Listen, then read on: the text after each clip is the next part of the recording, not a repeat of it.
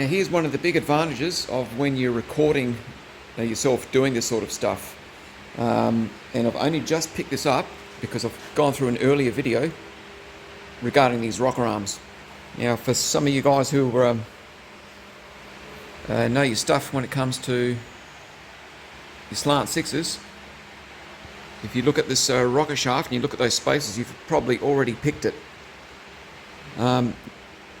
So basically you have a look at these spaces around here, or washers or whatever you want to call them. There's one out of the 6 of them. No, there's 7, sorry, in total. 1, 2, 3, 4, 5, 6. Yeah, there's 7 in total. One of the 7 is wider than the rest, so you can clearly see that one's wider than all of these. Now, I originally thought it sat here at the end, but it actually doesn't. It sits in the center. And I've only picked it up because I've just gone back through an earlier video as we were removing this rocker assembly for the first time, and noticed that I noticed on the video that the wide one was actually here. Now the whole reason why I ended up putting it at the end is because when I got the rocker arms off over time, a few of the bolts fell out, and so these spacers or washers, got mixed up. I wasn't sure where they went. So just out of logic, as we were putting it together, there was a big gap at the end. I thought, well, that's where it goes. Now, maybe it doesn't make that much of a difference, but you can see the movement there. I thought, gee, that one moves a lot. The others don't have, well, that one's got a bit of movement too, but that's probably because this spacer needs to be here. So I'm going to correct that, swap them around. And I'm glad I picked it up. That was only because we're now checking the rocker arm adjustments. So there you go. So let's swap these around and put them where they're supposed to be. Now the bolts can stay where they are because this bolt here, as you'll soon see, is longer than all the other ones. So the bolt is correct where it goes, but the washer is incorrect. So I just thought I'd be honest and show that. So the bolt stays there. But this washer has to go there with the long bolt going back in here. And the long washer, this one, now will it go in there? It seems to be riding on that rocker. Now, what we're going to do is this guy needs to come over a bit more, this rocker, but it's actually in the compression stroke, so we're going to have to turn this engine.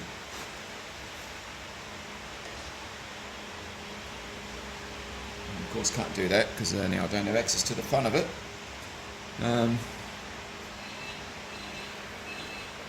Let me just see if I can gently persuade it with a rubber mallet just to move over a little bit.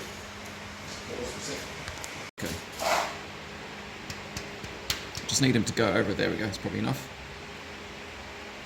Just so I can fit him in there. And that looks like that goes now. Yep. Bolt back in.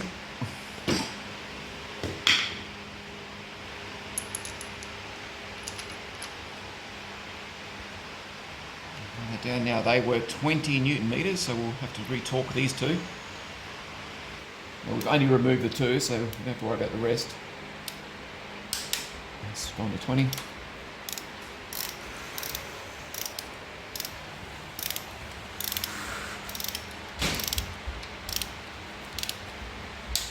That's 20. We'll check these.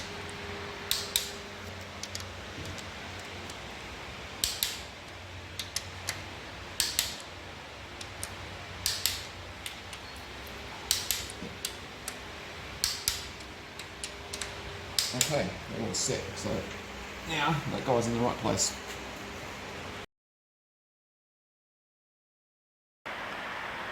Go again. Okay, hold it there. Can you film that? Yep.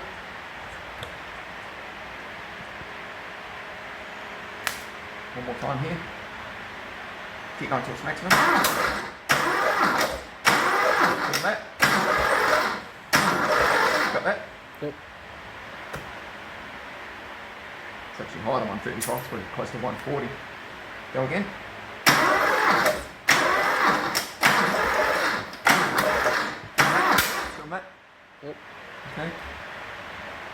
close to 140.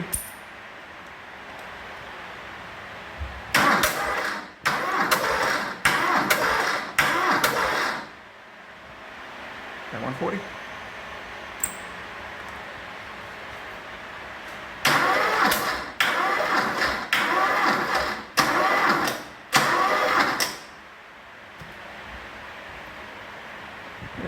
Same, the last one. I think the battery's dying.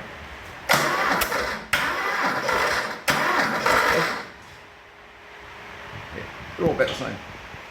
They've all got good compression.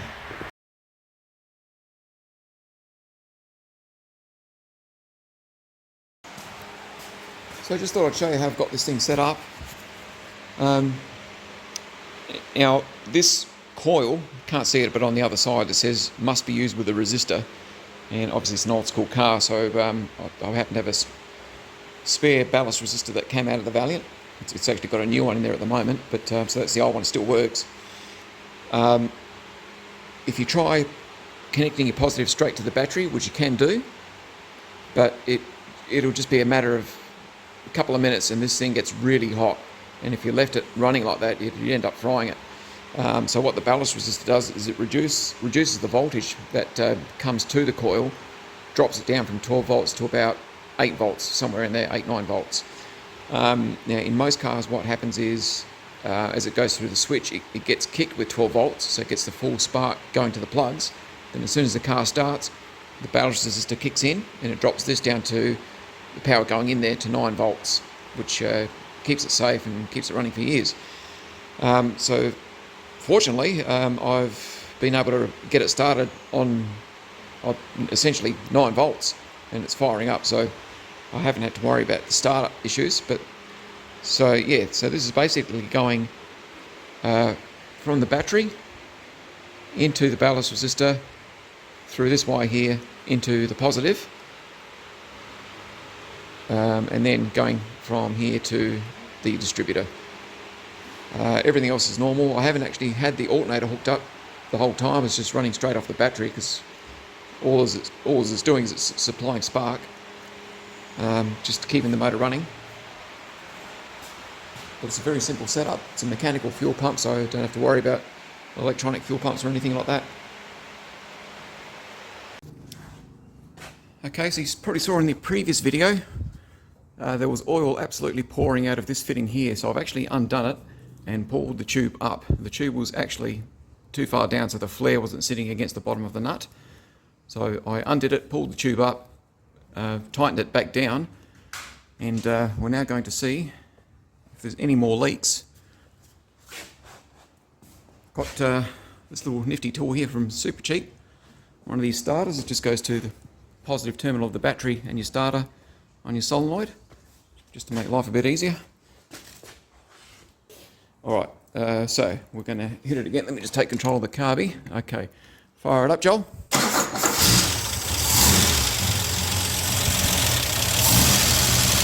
And looks like we have success. I undid it, lifted the tube up, and re-screwed it down. The tube was too far down. There was no tape on there. Let's let that run.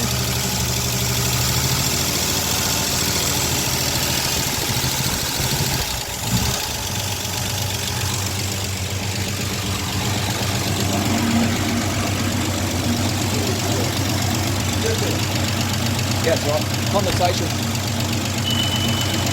Well, looks like we're going to win there.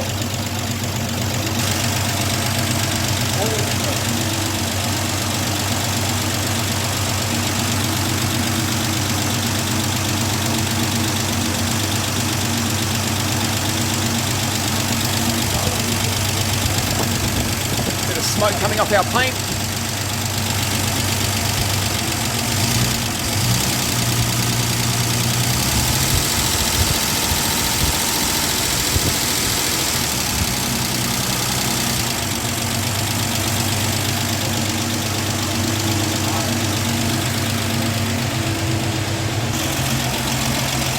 So we'll get our timing gun out,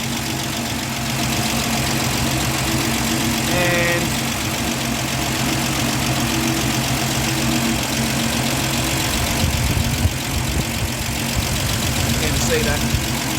hard to film.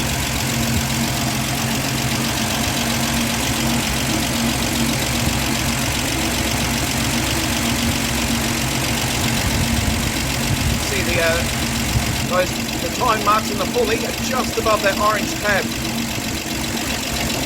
So that's probably about 10 degrees before top dead center, so it's probably about right. And it's idling nicely.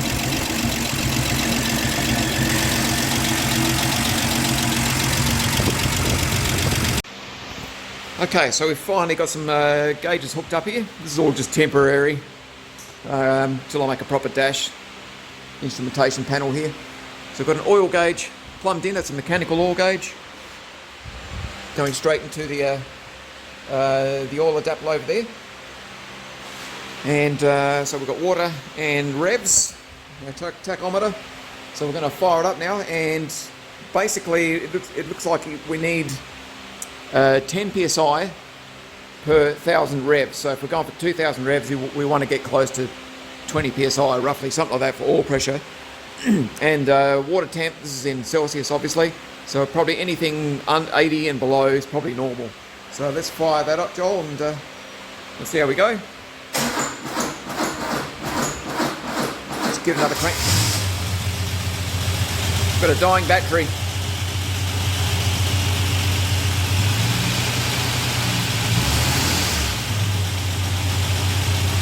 So what we'll do is we've got the, you just keep filming, I'll get the car and I'll bring it around.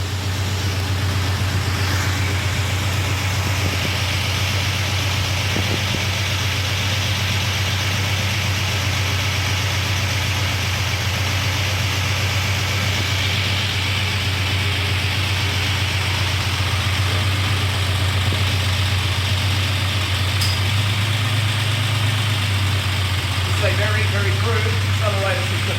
We basically get our coat hanger, put up the car, and you tell me when we get to 2,000 revs there, Joel. Yeah. Yeah.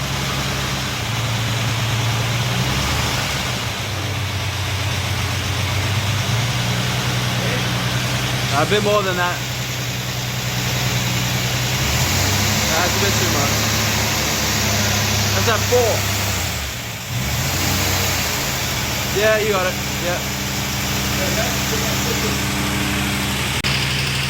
I'll eventually get a proper accelerator type system for this, but pretty crude, but that'll work for now.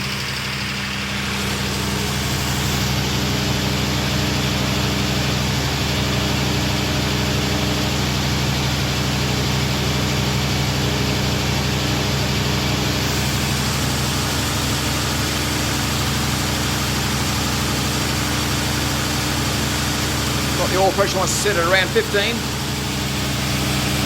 that's probably about 1,500 revs. I'm not sure why it's bouncing like that, but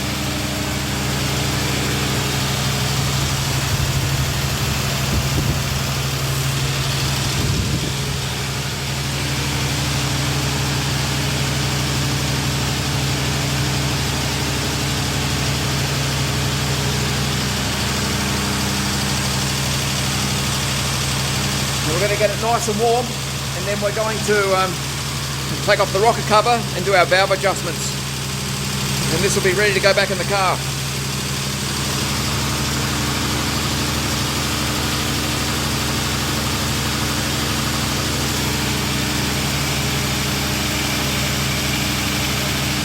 All that, I might crank the revs up till that needle stays around the 2 a bit more.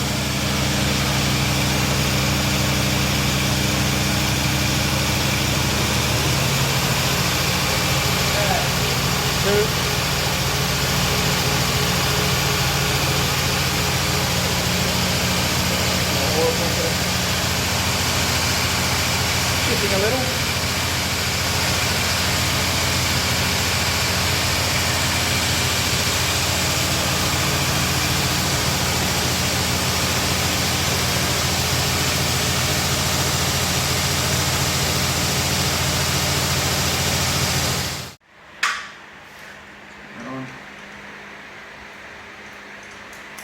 Okay, get in there. So we've got our exhaust, which is 20 thou.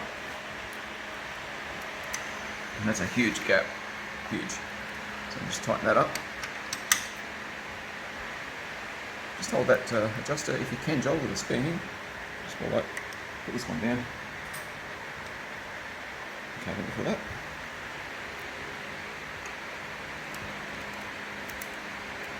It's probably too far.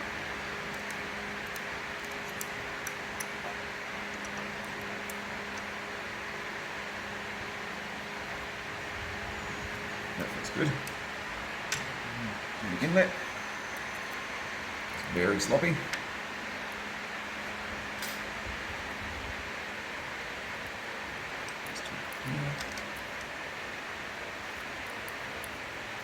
Goes back good.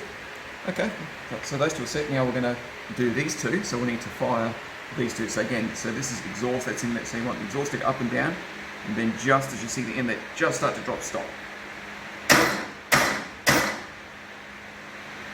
Might be, oh no, it's pretty about right. Let's do the inlet first since I've got that in my hand already. It's not too bad. It's good.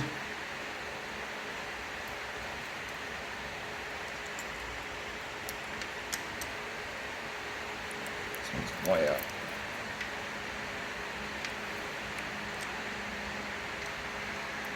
Feels good. Alright. So now we're going to aim for these two. So let's fire these two. Again, that's in exhaust, that's inlet. Hold it there. It's exhaust. It's a little bit high.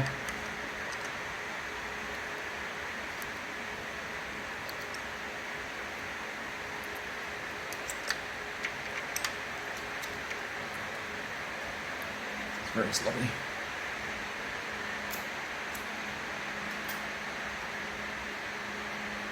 That's good. Okay. Now we're going to switch it round. So now we're going to go for these two. So now we've got that's exhaust, that's inlet. So do the same thing. You want exhaust to go up, down, then inlet to just to move. Keep going. Keep going. Stop. Now we'll go for these two. It's inlet, the exhaust, that's the inlet. It's the opposite.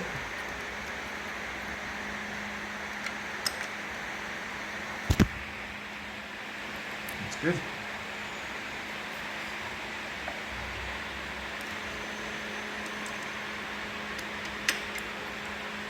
Not bad actually. Just take a smidge. Yeah, that was pretty good. Right, so now we're going to adjust these two, which means you want to fire these two. So that's exhaust, that's inlet. Hold there. That one's the exhaust.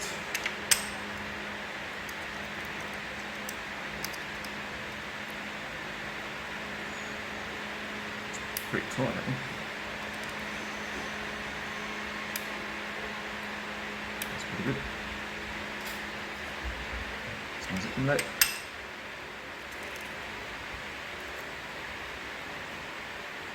That's pretty good. Okay, so we want to adjust these two, so that's exhaust, that's inlet, fire those. Hold there.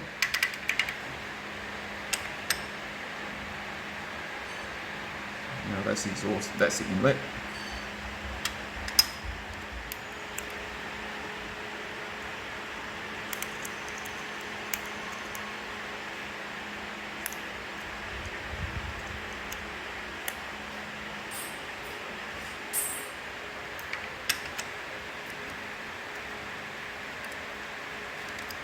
It's pretty tight.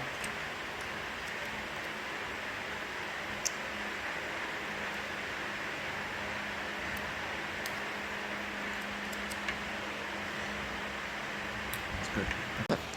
Okay, so we've adjusted our rockers, so we're just going to fire it up now. Make sure it sounds nice.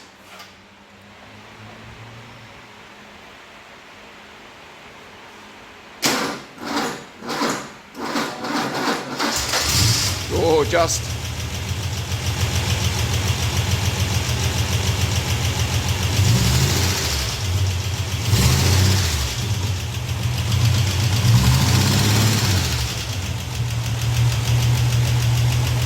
sounds good.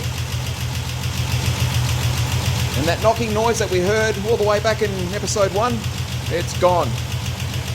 We actually worked out what the problem was, which is very simple. We got very lucky.